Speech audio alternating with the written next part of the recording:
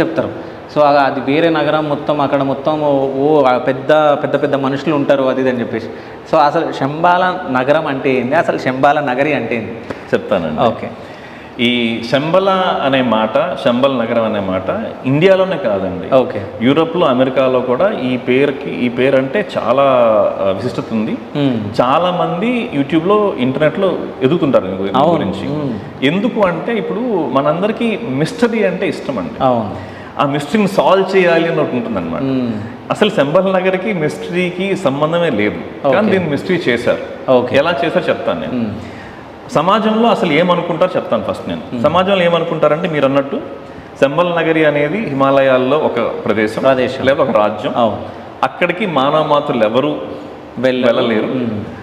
అక్కడ ఆధ్యాత్మిక వ్యక్తులు అంటే బాగా హైలీ ఎవాల్వ్డ్ బీయింగ్స్, ఇది వెస్టర్నర్స్ అనే మాట. మన వాళ్ళు ఏమంటే ఆధ్యాత్మిక వ్యక్తులు ఉంటారు అక్కడ, మామూలు వ్యక్తులు అక్కడికి ఎవరు వెళ్ళలేరు, ఇది అనుకుంటారు. ఇంకొంతమంది ఏం చెప్తారంటే అక్కడ బంగారు, నగలు, వజ్రాలు, వైడూర్యాలు అన్నీ ఉంటాయి అని చెప్పి అంటారు అన్నమాట. అంటే అక్కడికి వెళ్తే ఇవన్నీ మీకు దొరుకుతాయి అని చెప్పి. ఇంకా కొంతమంది ఏం చెప్తారంటే ఇది నిజం అనుకొని ఒక వ్యక్తి చాలామంది తీసుకొని వెతికేదానికి టీం పెట్టుకుని వెళ్ళాడని కూడా చెప్తారనమాట. ఇప్పుడు నేను ఆధ్యాత్మిక పరంగా శంబల్ నగర్ అంటే ఏమని చెప్తాను. ఓకే, ఏంటంటే ఇప్పుడు ఒక మహర్షి తపస్సు చేశారనుకోండి, ఆ తపస్సు చేసిన మహర్షితో పాటు ఆ తపస్సు చేసిన ప్రదేశం కూడా ఆ తపశక్తి ఛార్జ్ అయిపోతుంది.